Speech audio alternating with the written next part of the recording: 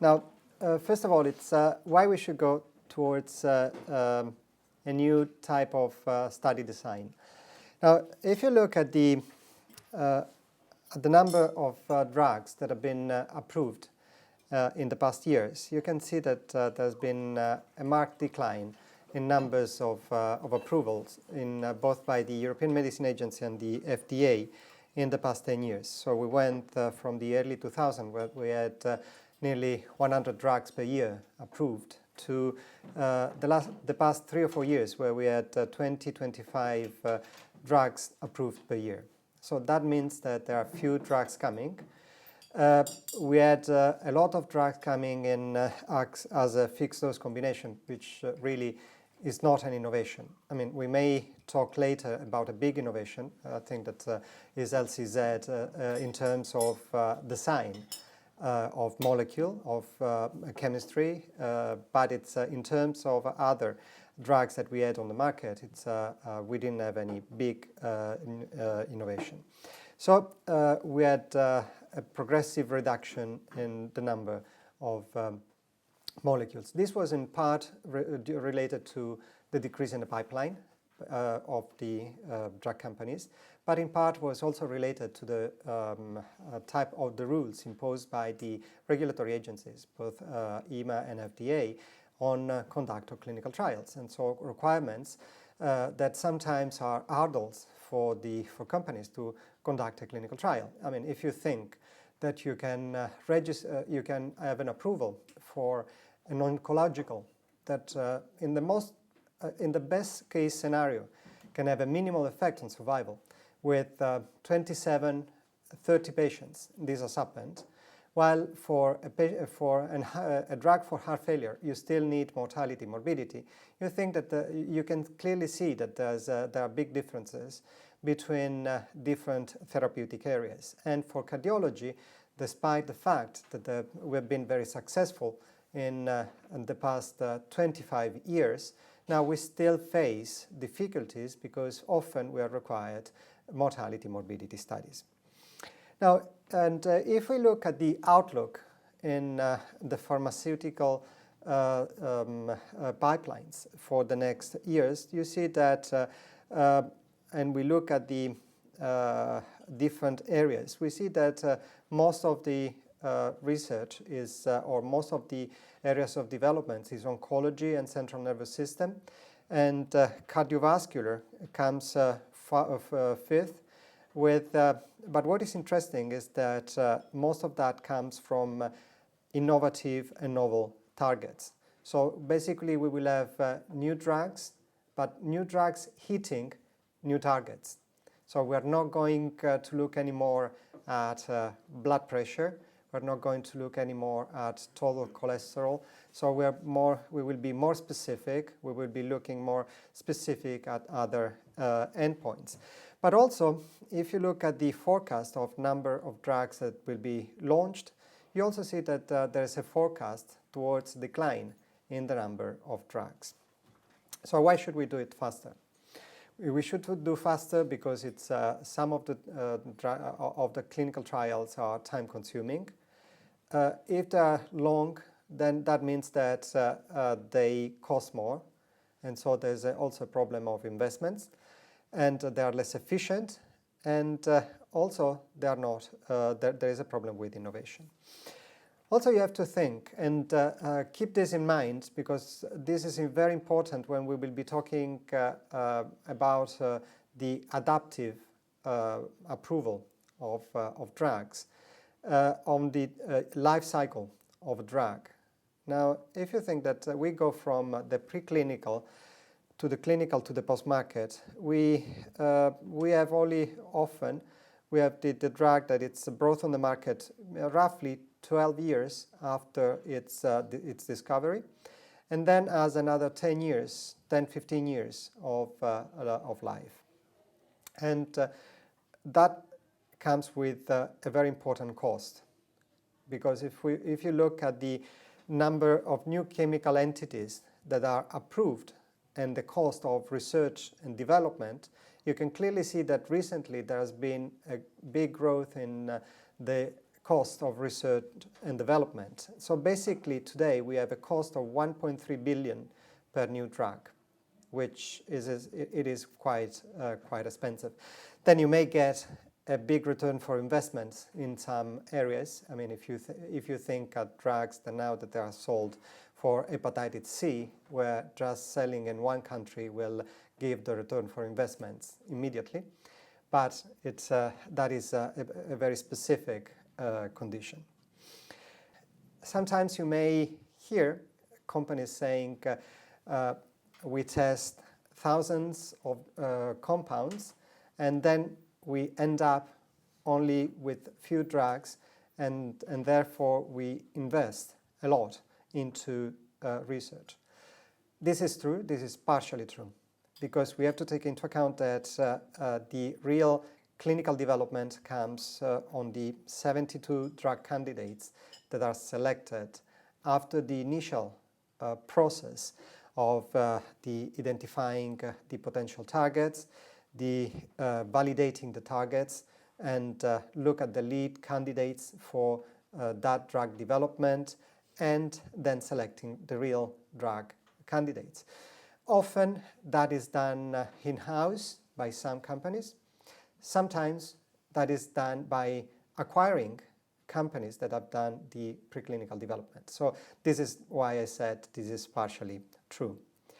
But now we have why we need to be more efficient with clinical trials. Now, if you look at the reasons for termination of the development of clinical trials or clinical programs of new clinical entities, you see that efficacy was one of the main reason why most of the clinical developments of chemical entities have been stopped. So that means that either it was the wrong drug, so there was the wrong selection of the drug in the initial process, so in either selecting the target or selecting that drug, or there was a completely wrong trial design. And that has occurred quite often. The other problem is that is quite rare is safety. And what is worrying is that there is a 29% of cases, the 30% of cases that is more for strategic reasons. That means that companies that have effective drugs that are safe and that they don't bring those drugs on the market just because they are not of commercial interest. And this is a serious issue from public health, because those drugs may be effective in low-budget economies. So this is an important issue to be tackled. But if we look at the reason for termination, then we see that cardiovascular targets usually do much better than compared to other organs and systems. And in fact, it's only 11% of the trials in cardiovascular area have been terminated because of inefficacy or safety, compared, to 20% of cancer. If you think that cancer drugs are they're at the most, except 20-30% of them that are life-changing. But if you think at 70% of the anti-cancer drugs that do nothing, you can clearly see that 20% of anti-cancer drugs that are not that fail because of efficacy, they have something either on the molecule or on the development program. So we have seen how the program should be developed for a clinical trial, but what we need to just to recall it to ourselves are the phase of clinical trials. So we go from preclinical, that is lab and animals, to phase 1, where we mainly test the safety. And we test pharmacokinetic and pharmacodynamic of that drug. This is the first in human. So these are usually very small studies. They are conducted in 20 to 80 at most individuals. The only thing we are interested in is the pharmacokinetic of the drug and whether there's any important emerging side effect. Then we move to phase 2. And now here we have a lot of problems, because in From the 80s until to the 90s, we moved from having very good phase 2 studies where a lot of different doses have been tested. And so we had drugs with 4 or 5 doses that came out from phase 2 into the late 90s and 2000s, where most of the drugs have been tested in phase 3 at just 1 dose or 2 doses. So that means that phase 2 trial designs are doing very poorly. And this is because there is a big rush to get into the phase 3 and have the clinical development. Now, for some drugs, it is allowed to go into phase 2b. So, for example, you have some, for the oncologicals, they jump from phase 1 into phase 2 in patients with disease, and so they can file directly with phase 2b trials. So it's basically they do drug dosing into patients with disease, while phase 2 shouldn't be in patients with disease to prove efficacy. And while phase 3 is the type of trial where you should test really the efficacy and your final endpoints in order to have registration.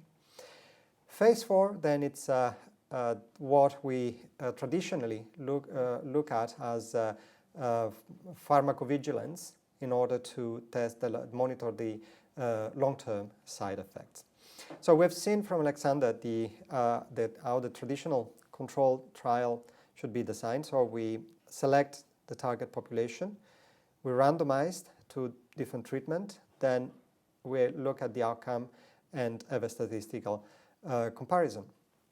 So regarding the traditional trial design, we have either a single dose, a fixed dose versus placebo, or an optional titration versus placebo, or the forced titration versus placebo, or the fixed dose response versus placebo, or any versus a controlled drug. I will show them to you just one by one. So if we look at the single fixed dose versus placebo, basically you take group A that is randomized to the tested drug and group B that is tested to placebo, and you just look at the effect at the end. The optional titration, it's basically you take 2 groups of patients. So one group is randomized to placebo, another group is randomized to treatment, so to one treatment dose. And then you may have at the end of the first period, say an up titration, for example, if you take hypertension, to non-responders. And so those patients who are not responders, they are up titrated to the highest dosage. And then while those who do respond, they continue. Then those who do not respond to 4 milligrams, then they are up titrated to the 8 milligrams. So this is the optional titration that is basically in this trial design, the up titration is based on the type of response that you get. So this is typical for the antihypertensive trials, or where you want to look at the titration according to the response that you get. Then there's another trial design that is the forced titration. So you allocate the patients to 2 groups. One group is to placebo. The other group is to the active treatment. The active treatment goes into progressive phases of increased dosing. So it starts with 2 milligrams, then goes to 4 milligrams, then it goes to 8 milligrams. And that is basically at the end you test the progressive, the effect of the highest dose. Then the other 2 trial design is the fixed dose response versus placebo, where you can test on parallel groups the effect of the different drugs versus placebo. Or the other possibility is that you test the initial drug at the lowest dose in one group. In the second group, you start with the lowest dose and then you do a forced titration to the second dose that you've chosen. So you start with 2 milligrams and then you go to 4 milligrams. Then in the third group, you go in forced up titration from 2 to 4 to 8 milligrams. And then, so at the end, you will have basically a combination of forced titration and a fixed dose in this group. So these are the type of traditional trial design that you may see and that we may seek for approval. And basically, when you do a clinical trial, you have your trial design and you do your baseline measurement. Then during your trial period, you have the repeated outcome measurements. And it depends what you're measuring, because it's if you're measuring mortality and morbidity, say at the end you just measure one outcome just once, so then you censor with that event. Although now we are trying to move towards using the cumulative endpoints in terms of repetitive events, which probably will make more sense in mortality morbidity trials. So rather than counting and censoring the first event as an hospitalization, so basically we will be using several hospitalizations and then mortality as a continuum in algorithms like patient journeys or days alive out of hospital, things like that. So then at the end, you get your data with statistical analysis and you get your feedback for decision making. Now, you can clearly see that you can design your clinical trial either on hard endpoints, or you can design your clinical trials on surrogate endpoints. Now, the problem is how to choose the correct endpoint. Now, and it depends, and that depends on what is the meaning of your clinical trial.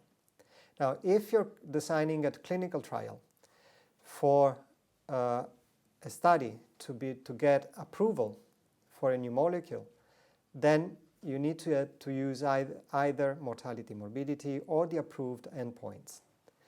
Otherwise, if you're designing a trial for academic considerations, then what is important is that you don't have just to think, I just want to see what this drug, what this intervention has to do on microalbuminuria.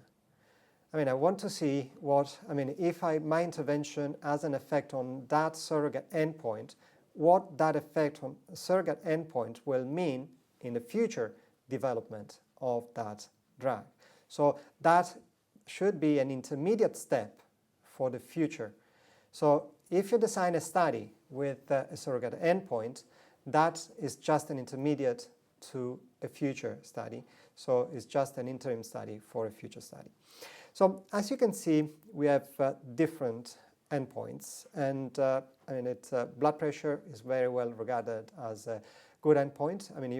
You can have drugs approved on blood pressure change, although there are differences in drugs that reduce blood pressure. Now we know, for example, if we take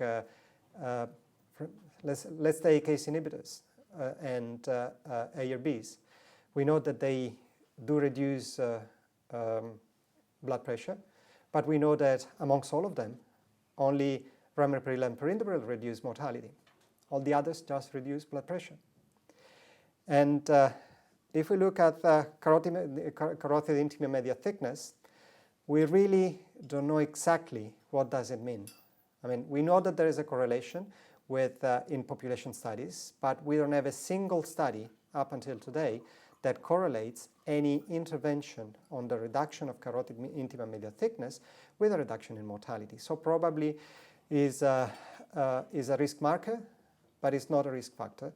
So probably I wouldn't embark in a study on carotid intima media thickness.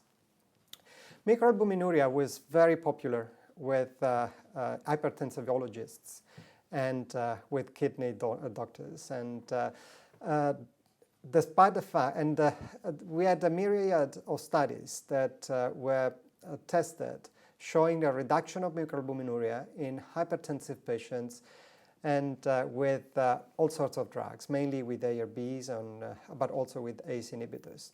But basically, only a few showed, I should say just one, showed that there was a reduction on mortality. Then we had the results with the study with aliskiren that basically showed that you reduce microalbuminuria, but you increase mortality. Then we had data from OnTarget, where you reduce microalbuminuria, but you don't reduce mortality. So at the end, we have a dissociation between microalbuminuria and mortality, and so we cannot use microalbuminuria as a valid endpoint as for long-term mortality.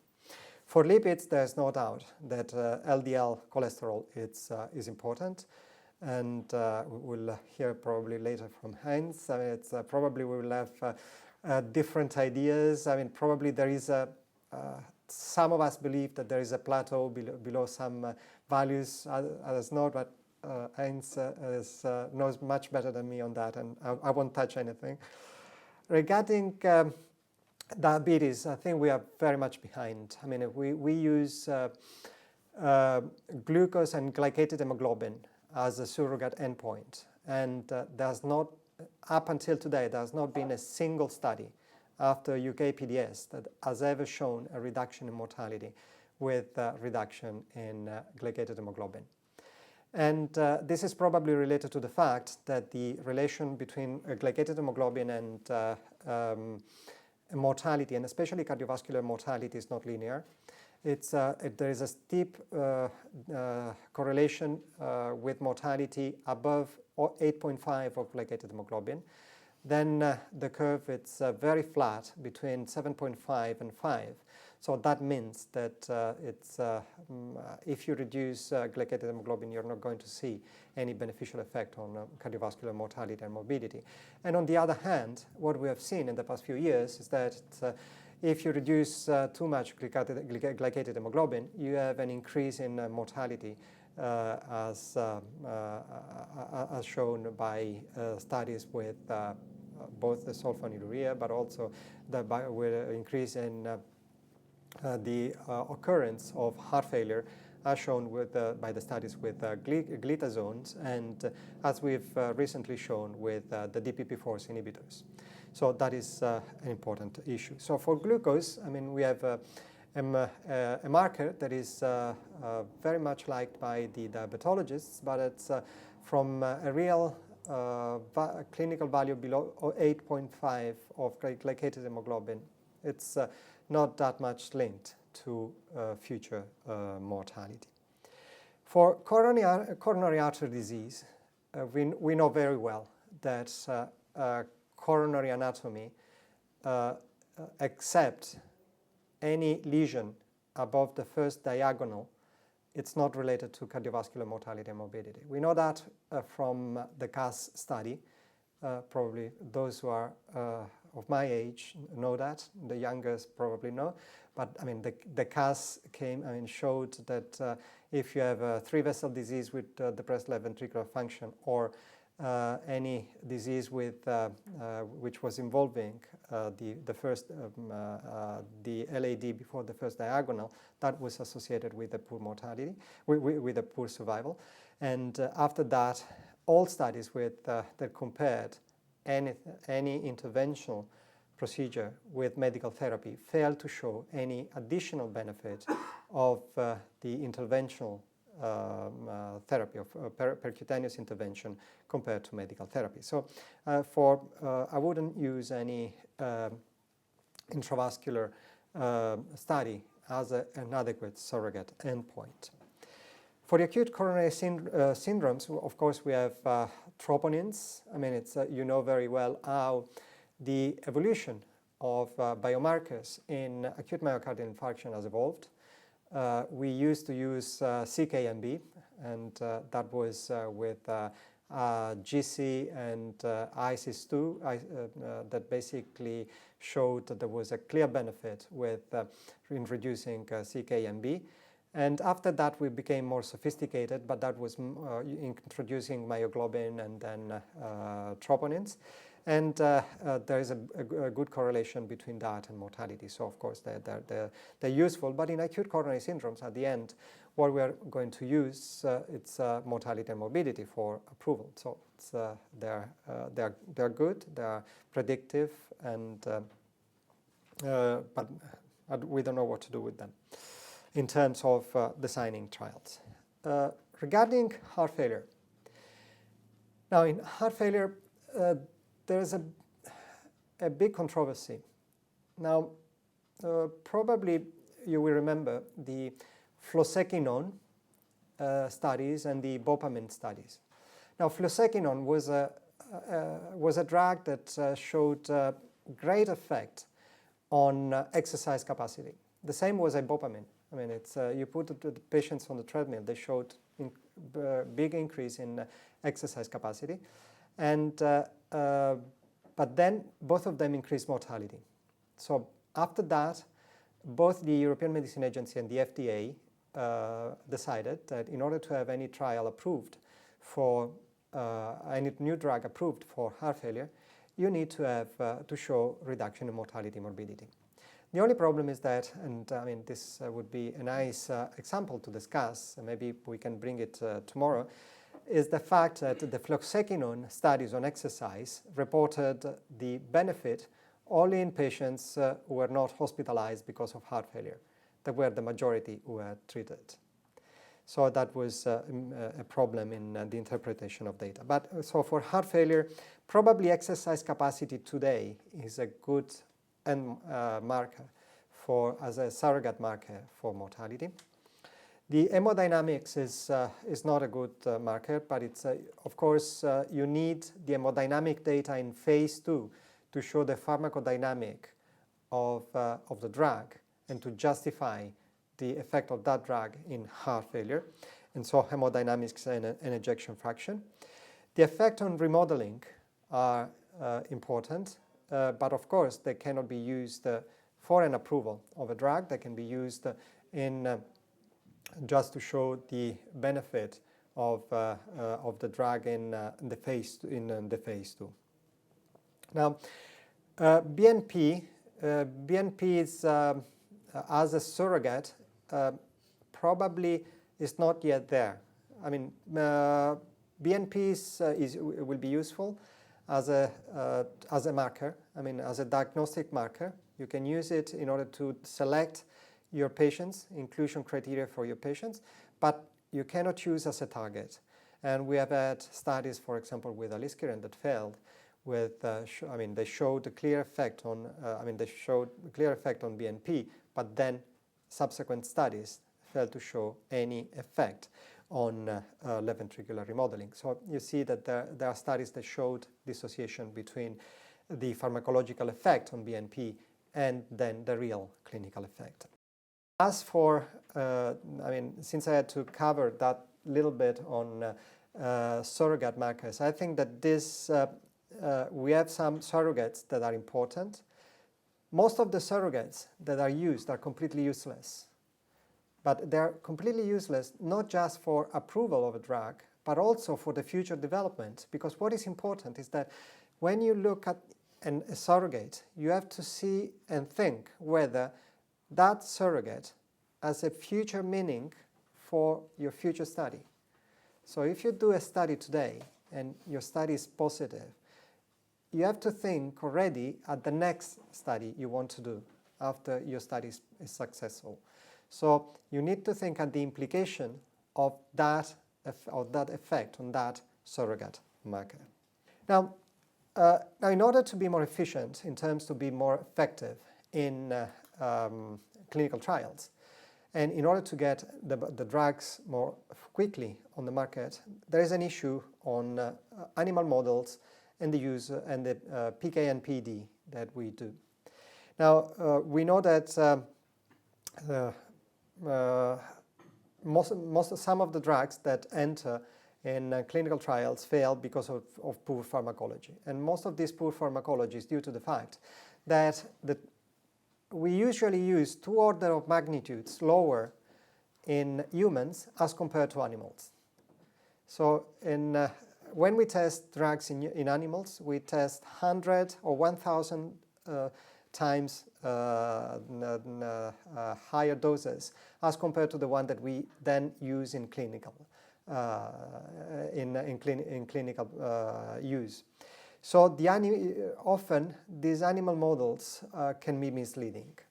So I believe that in future we should go more into what we are suggesting and what it has been suggested into cellular models to test safety and to test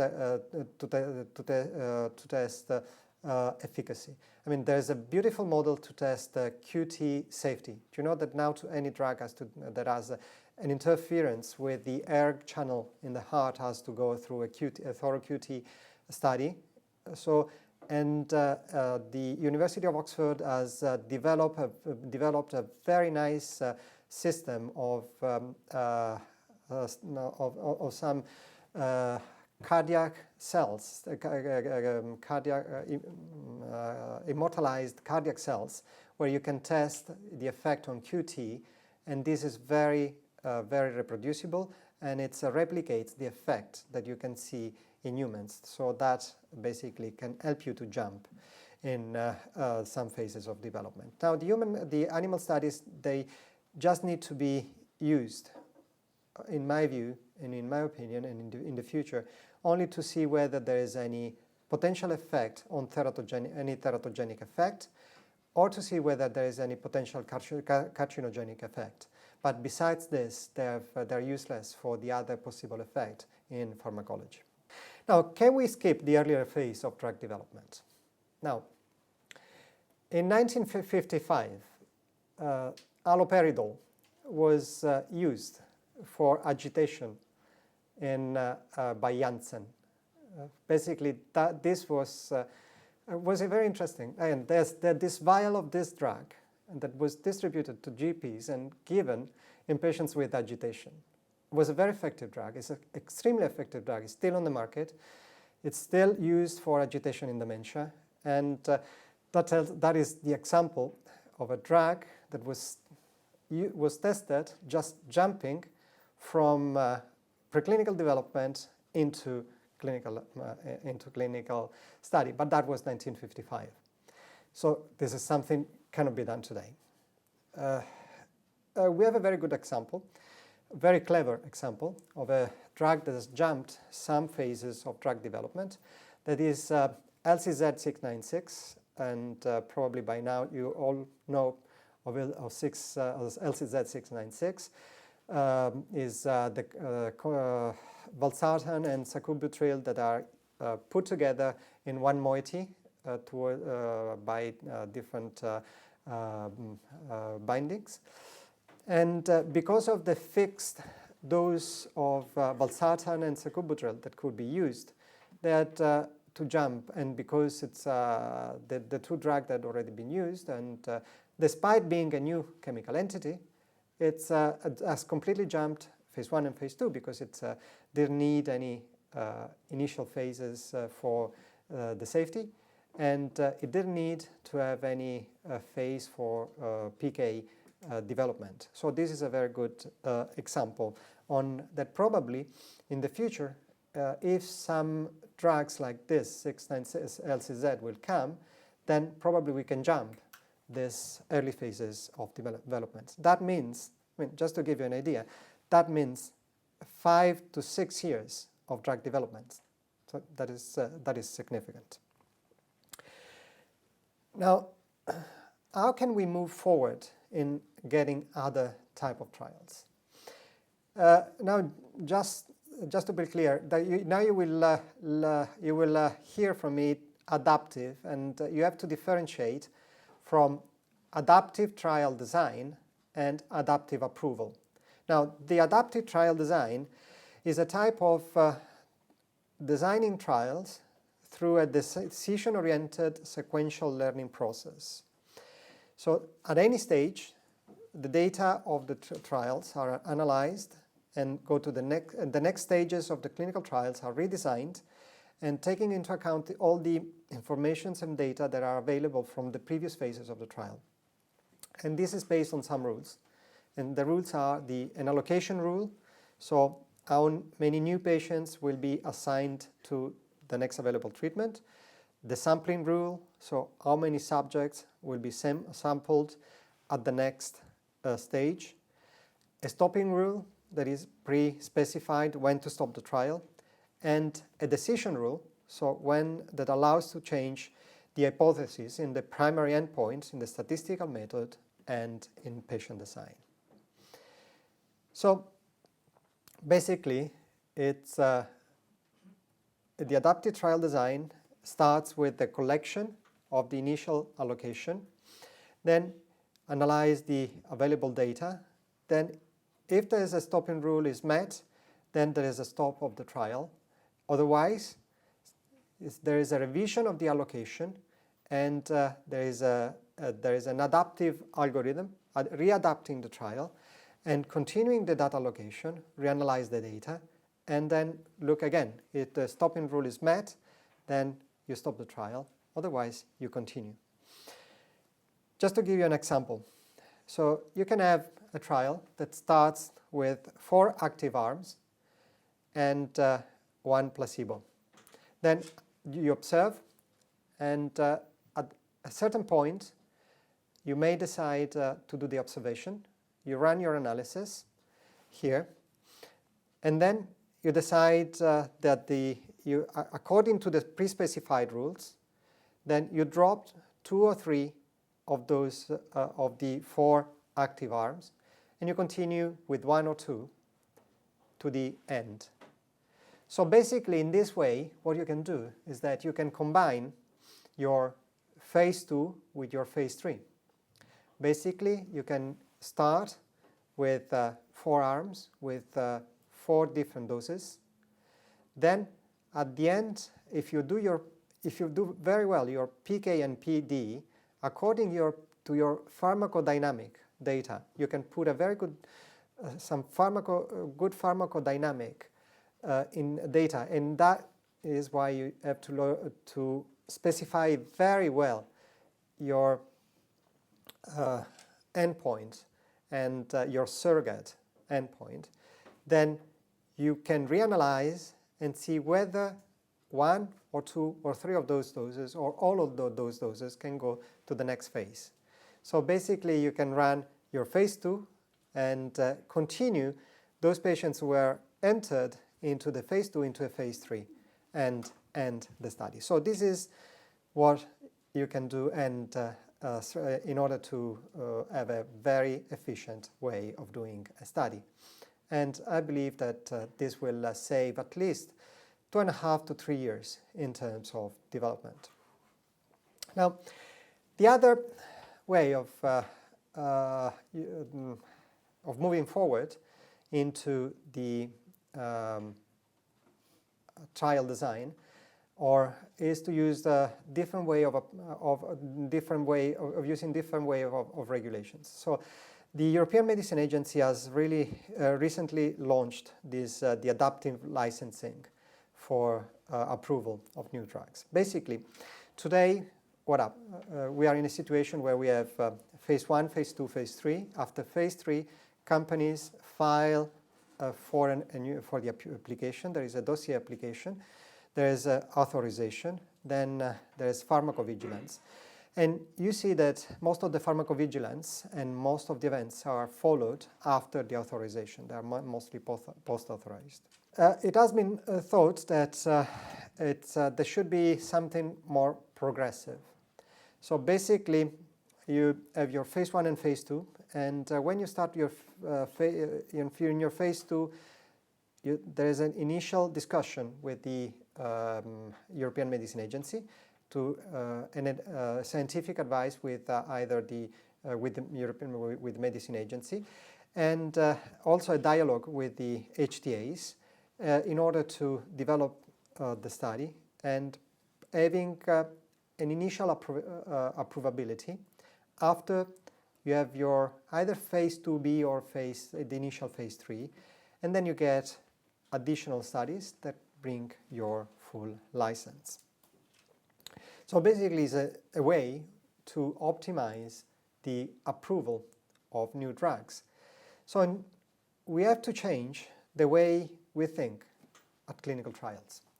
So now today we think of clinical trials in phase 1, then we get phase 2, then we get phase 3. And then we have licensing. So we're interested in doing phase 2 and phase 3 clinical trials because of, in order to get to a licensing. But then look what happens. You have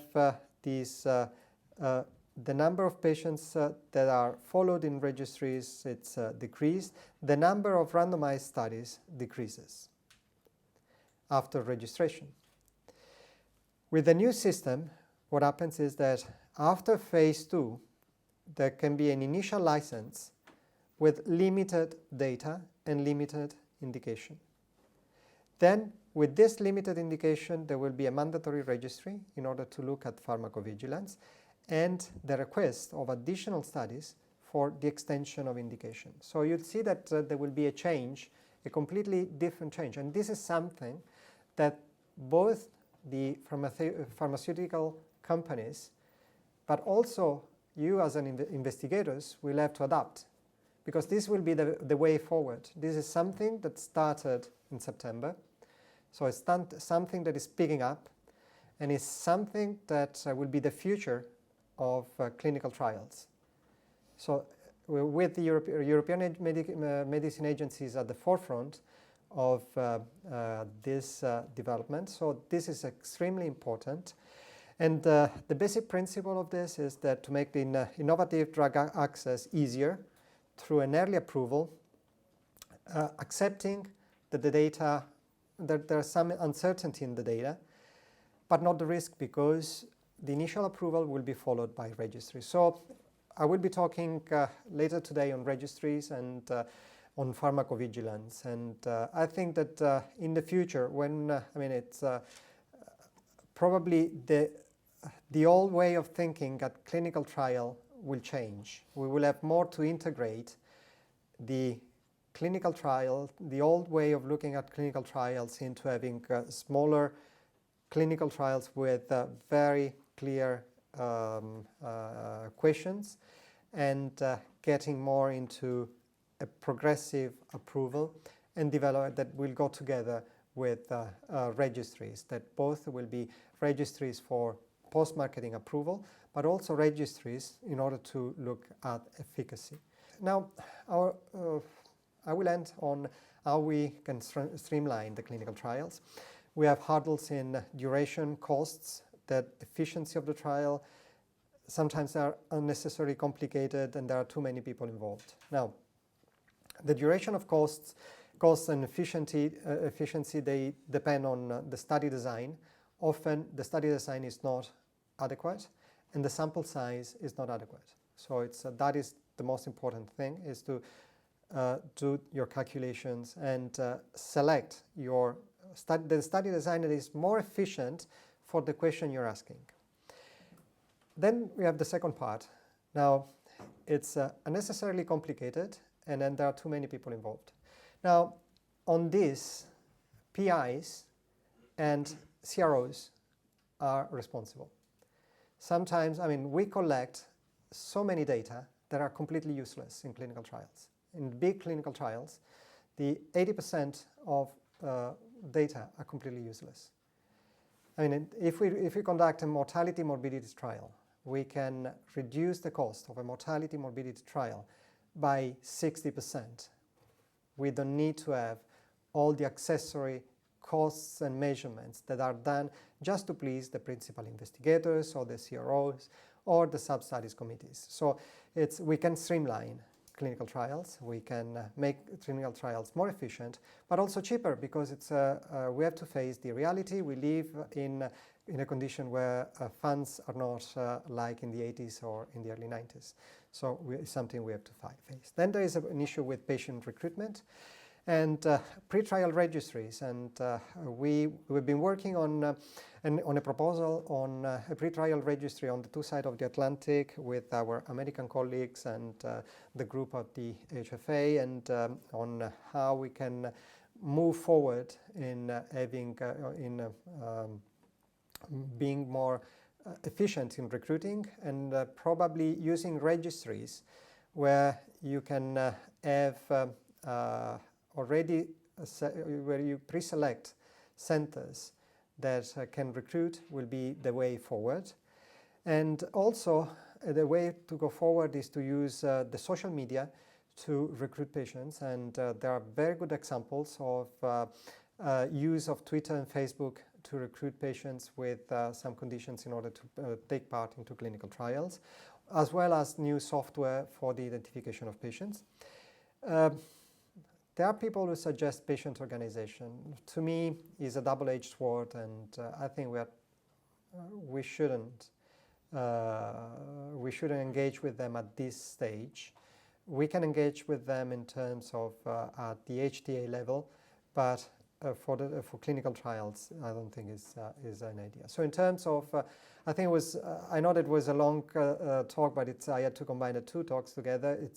I think it's I gave you an overview of the the clinical trial design, but I think that the old type of clinical trial design is dead. It's probably in the next 5 to 10 years, we have to move but start to think today at the new way of designing clinical trials and how to be more efficient in the endpoints and in the way of conducting trials, and the adaptive process, both the adaptive trial design and in using the most of the adaptive licensing will be the way forward. Thank you very much.